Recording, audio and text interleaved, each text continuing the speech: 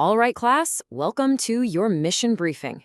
We're about to decode the amazing story of how our world got so connected. Our one and only goal here is to get you completely exam ready for this super important chapter.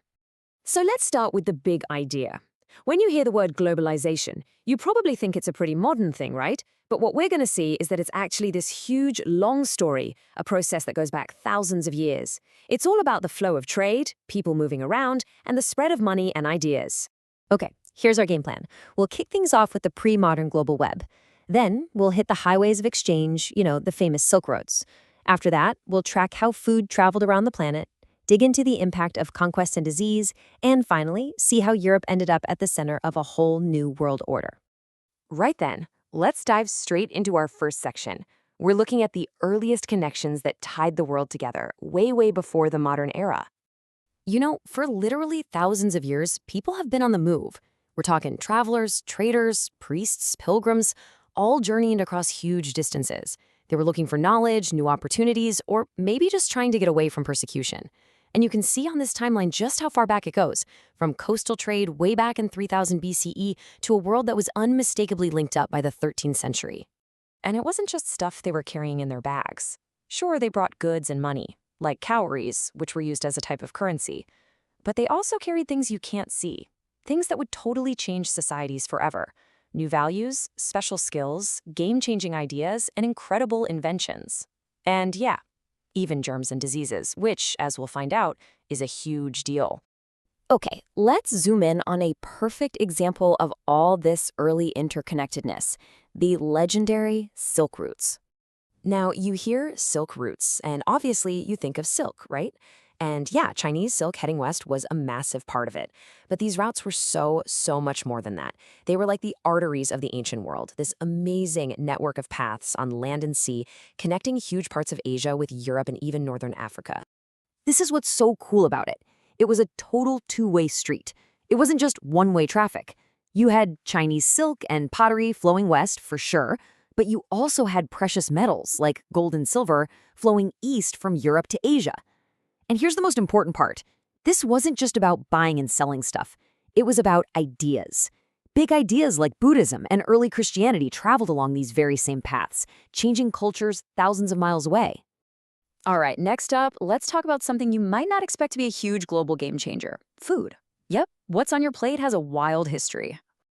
I mean, just think about it. A lot of people believe that noodles actually traveled west from China and eventually became spaghetti.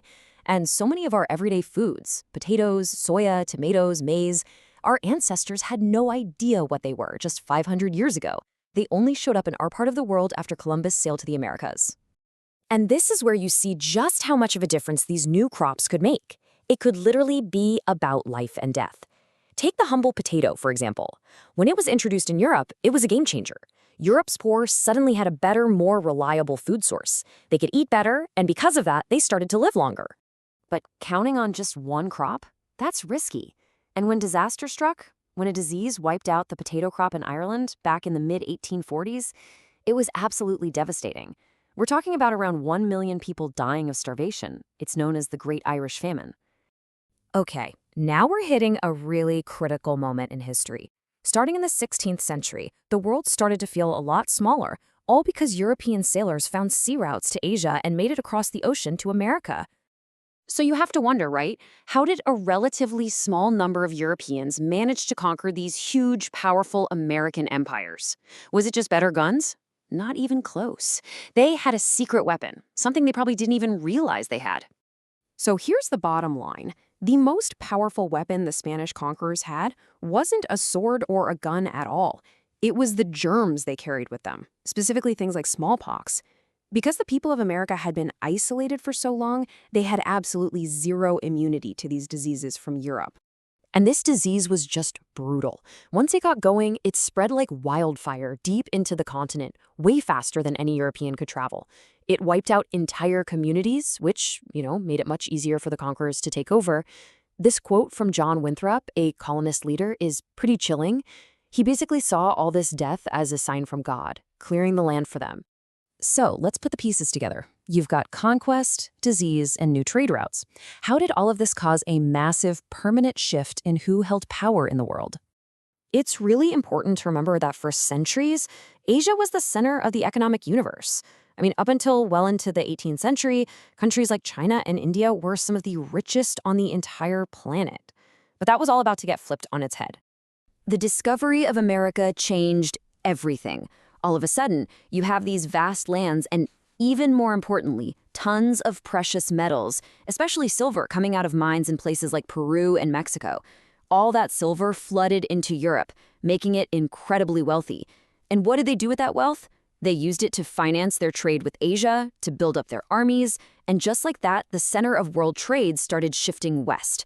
Europe was now in the driver's seat. And there you have it. That incredible mix of trade, food, conquest, and disease is what really built the foundations of the modern global world we live in today. But believe me, the story is just getting started.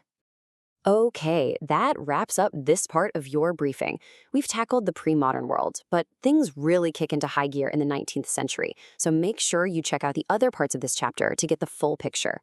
Hey, if this briefing was helpful, do us a huge favor and hit that like button, share it with your friends, and subscribe to the A1 Institute YouTube channel.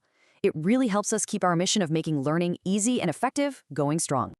And listen, if you're looking for that extra edge for your exams, we're talking complete notes, expert guidance, the whole package. A1 Institute has got your back. We're here to help you succeed. You can find all the info you need, including our phone number, right down there in the description below. Thanks for tuning in, and go crush those studies.